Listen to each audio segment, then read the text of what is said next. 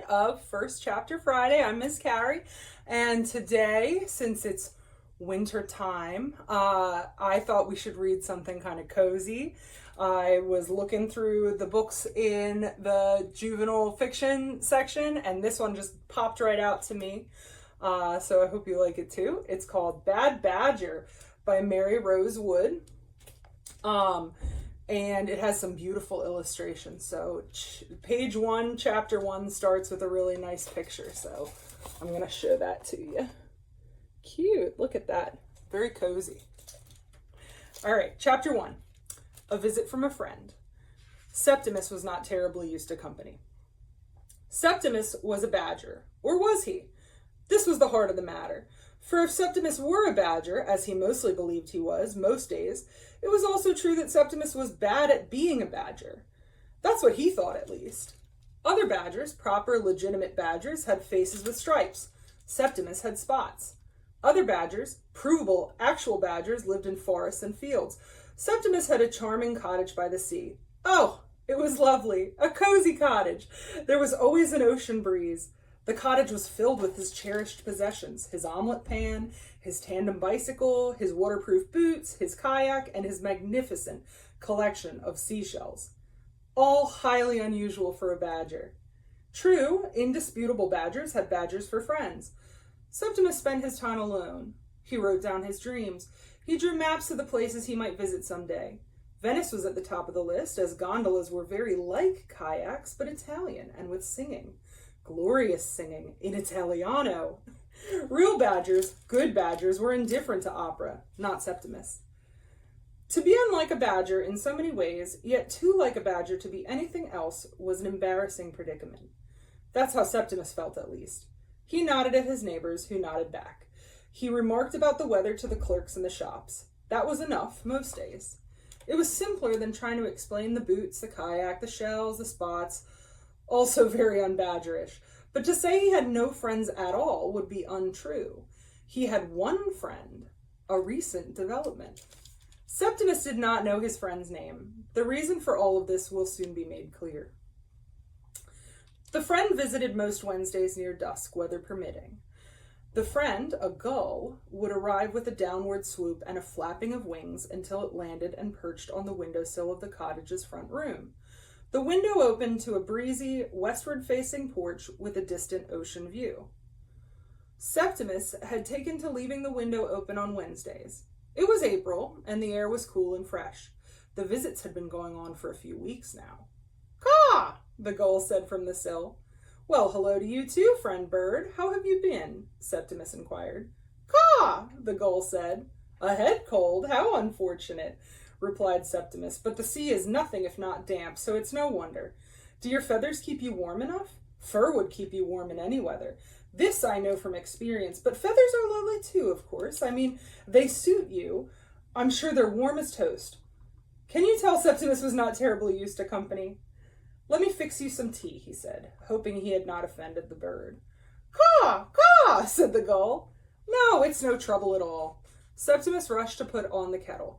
It was the first time the gull had agreed to share tea. "Caw! Caw!" the gull repeated. "Did you say fish-flavored?" The cottage was small enough that Septimus could call from the kitchen to the window where his visitor perched. "I'm afraid I don't have any tea like that. I've never seen it in a shop, to be frank.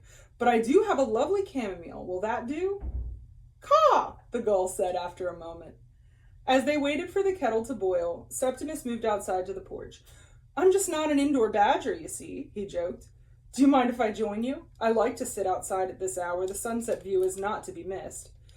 In answer, the gull hopped from the sill to the porch railing, keeping its distance, yet it didn't fly away. Septimus wondered what would happen in winter, when the weather grew cold and the window would have to stay shut. Would the gull come inside then, or stop visiting altogether? Would this budding friendship even last that long?